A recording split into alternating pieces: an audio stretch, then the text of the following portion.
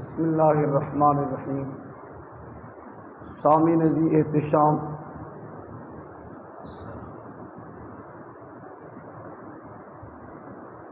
آج کے ہمارے درس کا جو عنوان ہے وہ شان علی المرتضیٰ شیر خدا کرم اللہ وجہہ۔ قرآن مجید برہان رشید یہ وہ بابرکت عظمت اور شان اور رفعت والی کتاب ہے جس کے بارے میں خود قرآن نے گواہی دی، ذالک الکتاب لا ریب فیہ، یہ وہ کتاب ہے جس میں شک کی گنجائش نہیں۔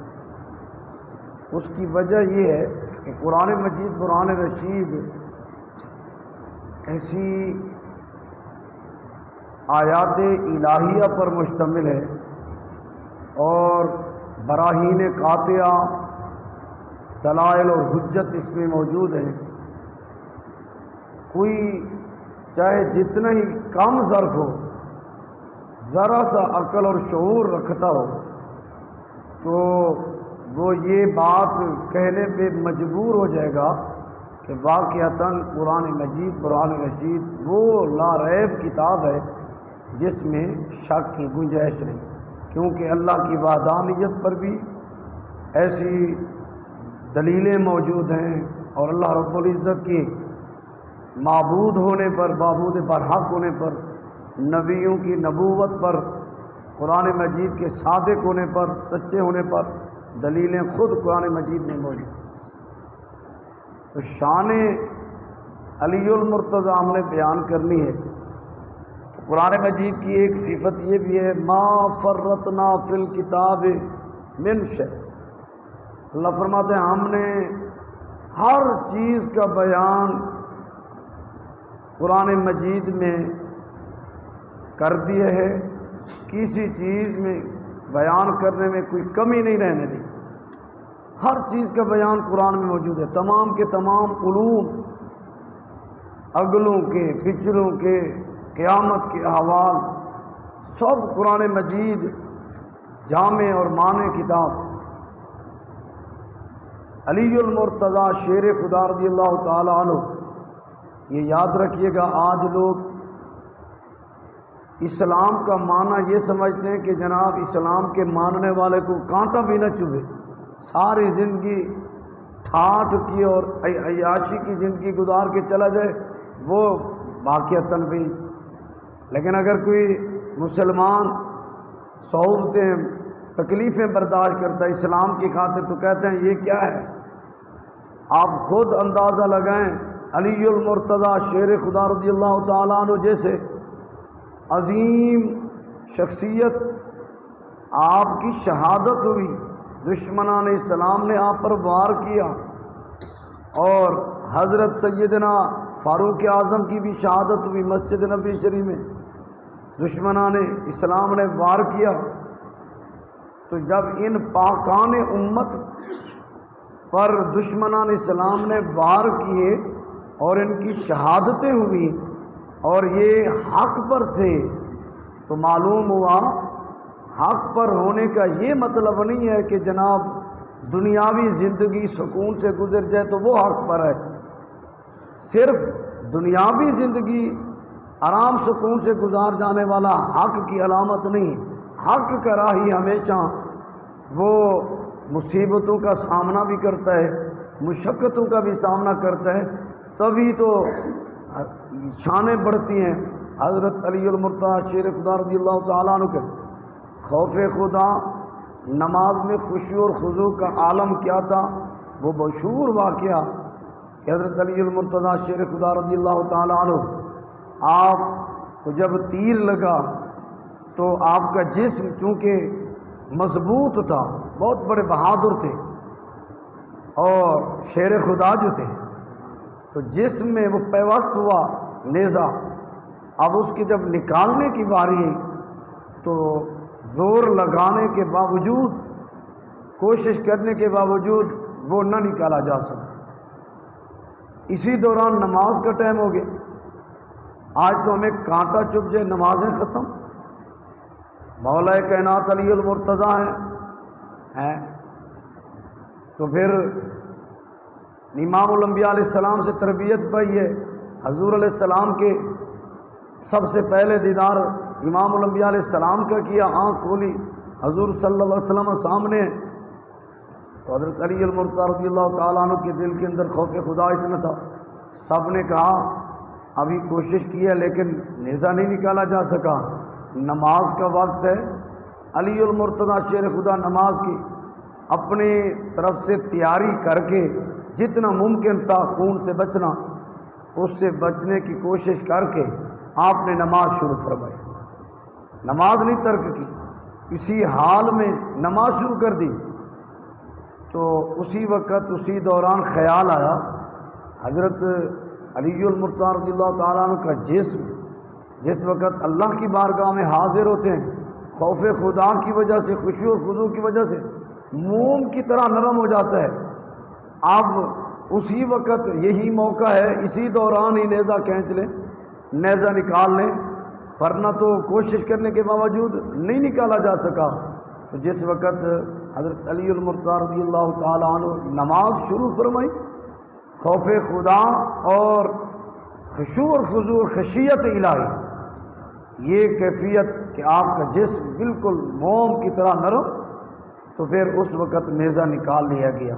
اس میں سبق ہے کہ صحابہ کرام علیہ رضوان احکامات الہیہ میں کتنی دلچسپی رکھتے تھے، باوجود جسم کی نکاہت اور تکلیف کے نماز نہیں چھوڑتے تھے۔ حضرت علی المرتضیٰ رضی اللہ تعالیٰ عنہ جن کے بارے میں حضور علیہ السلام نے فرمایا آنا مدینۃ العلم وعلی باب، میں علم کا شہر ہوں اور علی المرتضیٰ اس کے دروازے ہیں۔ اور بڑی بڑی یہی اسی طرح کی نسبتوں سے دیگر خلفائے راشدین کی بھی حضور نے شان بیان فرمائی، لیکن چونکہ موضوع سخن شان علی المرتضیٰ ہے، اللہ تعالیٰ نے آپ کو بڑی دانائی عطا فرمائی۔ حضور علیہ السلام سے جو علم سیکھا، قرآن مجید کے علوموں پہ اتنی دسترس، فرماتے ہیں میں سورہ فاتحہ کی تفسیر لکھوں تو اتنے اونٹ اس تفسیر لکھے ہوئے کو اٹھا لیں کہ جناب 70 سے زائد اونٹ۔ تو حضرت علی المرتضیٰ رضی اللہ تعالیٰ سے سورہ فاتحہ کی تفسیر، آپ کے سامنے ایک فیصلہ آ گیا، کیسے قاضی تھے سبحان اللہ، آپ کے سامنے فیصلہ، ایک شخص کی 2 بیویاں تھیں، ایک مزاجن شریف النفس اور دیانتدار سادہ طبیعت، اور دوسری ذرا بہادر چلاک۔ اتفاق سے ان دونوں کے ہاں ایک ہی وقت اور ایک ہی کمرے میں بچوں کی ولادت ہو، اور جو سادہ طبیعت کی تھی اس کے پاس بیٹا پیدا ہوا، اور جو بہادر اور ذرا چلاک طبیعت کی تھی اس کے ہاں بیٹی پیدا ہوئی۔ اب اس چلاک اور بہادر خاتون نے پھرتیلے پن سے وہ بیٹا اپنے لیے بیٹے ہونے کا دعویٰ خود کر لیا، بیٹی اس کے پاس چھوڑ دی اور کہا بیٹی اس کی ہے، بیٹا میرا ہے۔ اختلاف ہو گیا، خاوند کو پتہ چلا، انہوں نے کہا صلح کرنے کو، بھی اب یہ جھگڑنے کا وقت نہیں ہے، آپ لوگوں کو دونوں کو اللہ نے اولاد سے نوازا ہے، یہ کم سعادت ہے، اور وہ جس کا بیٹا ہو وہ آنکھوں سے آنسو بہا رہی اور کہہ رہے بیٹا تو میرا ہے، یہ ایسے ہی بیٹا لینا چاہتی ہے۔ بہرحال خاوند ان دونوں میں صلح کرانے میں کامیاب نہ ہو سکا، 2 گھر کے افراد سمجھانے لگے، لیکن وہ خاتون کے بیٹا تم میں نے لینا اور میرا ہے۔ اب یہ جھگڑا بڑھتا گیا، کسی نے کہا اب ان کا مسئلہ جو ہے بڑھ چکا ہے، وہ چھوڑنے کو تیار نہیں اور وہ ماننے کو تیار نہیں، اب کیا حل کریں؟ کوئی تیسرا بندہ ہے وہاں عین اس وقت کوئی موجود نہیں ہے جو یہ فیصلہ کرے، اگر کوئی بات کہہ بھی رہا ہے اس کی بات مانی نہیں جا رہی، تو کیوں نہ مولا کائنات علی المرتضیٰ سے فیصلہ کروائیں؟ حضور نے جو فرمایا ہے آنا مدینۃ العلم وعلی بابا، میں علم کا شہر ہوں، علی المرتضیٰ اس کے دروازہ ہیں۔ اللہ اکبر، یہ فیصلہ علی المرتضیٰ کی خدمت میں پہنچ گیا۔ آپ نے جب ان کو سمجھانے کی کوشش کی لیکن وہ ماننے کو تیار نہیں، پھر آپ نے فرمایا ایک دیانت دار داعیہ کو بلایا جائے۔ جب اس کو بلایا گیا، آپ نے 2 ہم وزن مقدار کے پیالے منگوائے۔ اب لوگ حیران ہیں، فیصلہ بچوں کا کرنا ہے، حضرت داعیہ کو منگوا رہے ہیں، اور داعیہ آ گئی، پیالے 2 آ گئے، ہم وزن، بالکل مساوی وزن میں، گہرائی میں، کیفیت میں، یعنی ایک ہی سانچے کے ڈھلے ہوئے 2 ہم وزن ایک ہی مقدار کے پیالے منگوا لیے گئے۔ آپ نے ذرائع سے اس دیانت دار داعیہ خاتون کی ڈیوٹی لگئی، فرمایا کہ تم ان دونوں خواتون کا الگ الگ پیالے میں دودھ لے کر، الگ الگ پیالے میں نشانی لگا لو کہ کس کا دودھ کس پیالے میں ہے، یہ دیانت داری تم نے کرنی ہے، دودھ میرے پاس لے آؤ۔ حتیٰ کہ وہ خاتون داعیہ ان دونوں کا دودھ لے کر الگ الگ پیالے میں ہم وزن ایک ہی مقدار کا وہ دودھ لے کر آئی، حضرت علی المرتضیٰ رضی اللہ تعالیٰ عنہ کی بارگاہ میں پیش کیا۔ آپ نے فرمایا اچھا اب ابھی ترازو منگوایا جائے۔ دنیا حیران بھی، یہ کون سا فیصلہ ہونے لگا ہے؟ اب ترازو منگوا لیا گیا۔ مولا کائنات علی المرتضیٰ رضی اللہ تعالیٰ عنہ نے ایک پلڑے میں ایک پیالہ رکھا، دوسرے پلڑے میں دوسرا پیالہ، اس خاتون کو فرمایا نشانی لگا لیے کہ کس کا دودھ کس پیالے میں ہے۔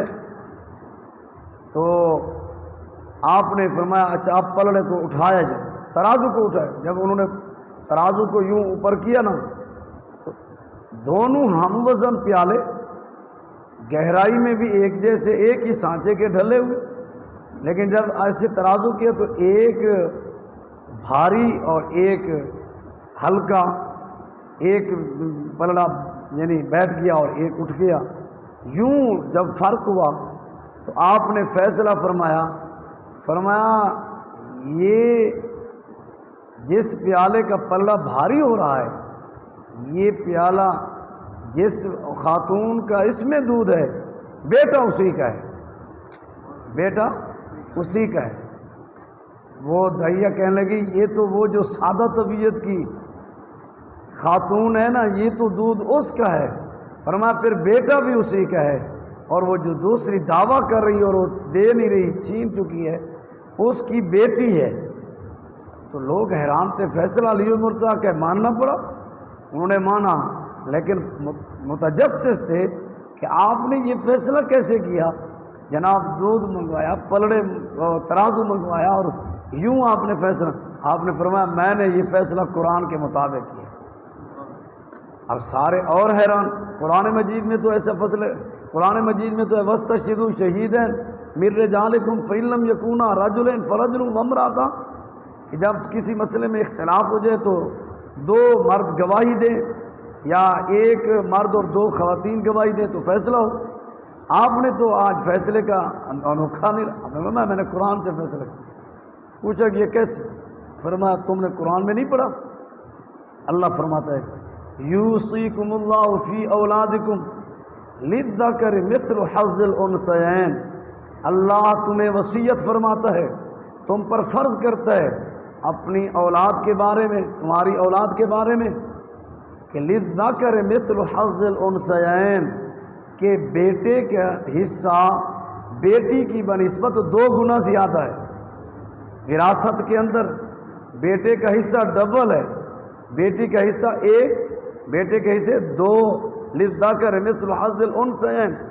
فرمایا میں نے اس آیت سے استدلال کیا ہے کہ جس رب نے وراثت کے اندر مذکر مرد بیٹے کے 2 حصے رکھے اور خاتون عورت بیٹی کے 1 حصہ رکھا تو یقیناً یہ جو دودھ کی غذائیات ہیں تو جس دودھ سے بیٹے اور بچے کی پرورش ہونی ہے، رب نے اپنی قانون قدرت کے مطابق اس میں وٹامن غذائیات بھی زیادہ رکھی بنسبت اس دودھ میں جس دودھ سے بچے کی پرورش ہونی ہے۔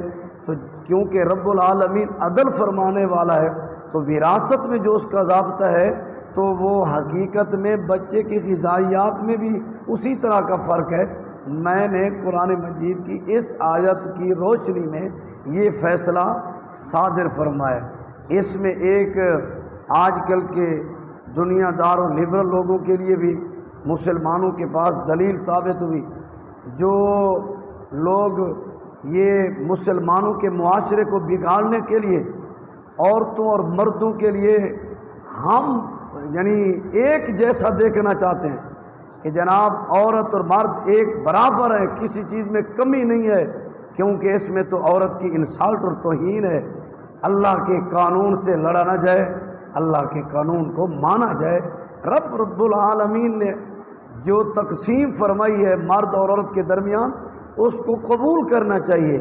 یہی وجہ ہے اگر مردوں کی طرح ہر چیز میں برابری ہوتی تو پھر اللہ تعالیٰ کا قانون ہے، انبیاء کرام علیہ السلام مرد رہے ہیں، کوئی بھی خاتون نبی نہیں ہوئی، تو رب نے یہ فرق رکھا ہے اور اس فرق کو قبول کرنا چاہیے۔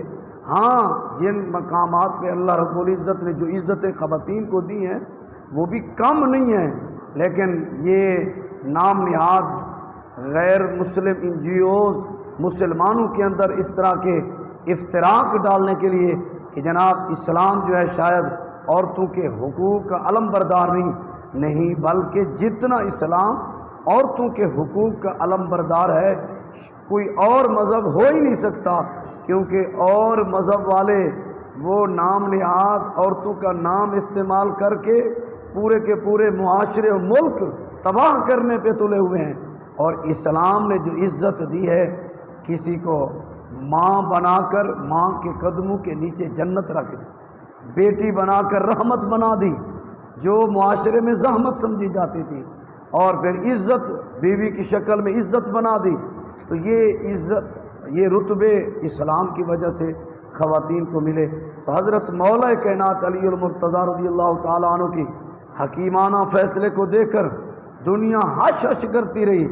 یہ تو ایک مثال ہے، درجنوں ایسے واقعات ہیں کہ علی المرتضیٰ رضی اللہ تعالیٰ عنہ نے قرآن مجید کے جو علوم حضور سے سیکھے تھے وہ آپ ان کا جب اظہار کرتے دنیا ہش ہش کرتی کہ یہ نسبت کہاں سے ہے، تو یہ علی المرتضیٰ شیر خدا رضی اللہ تعالیٰ عنہ ہیں۔ اللہ جل مجد الکریم ان کے طفیل ہماری مغفرت فرمائے اور ان کے مزید رتبے بلند فرمائے۔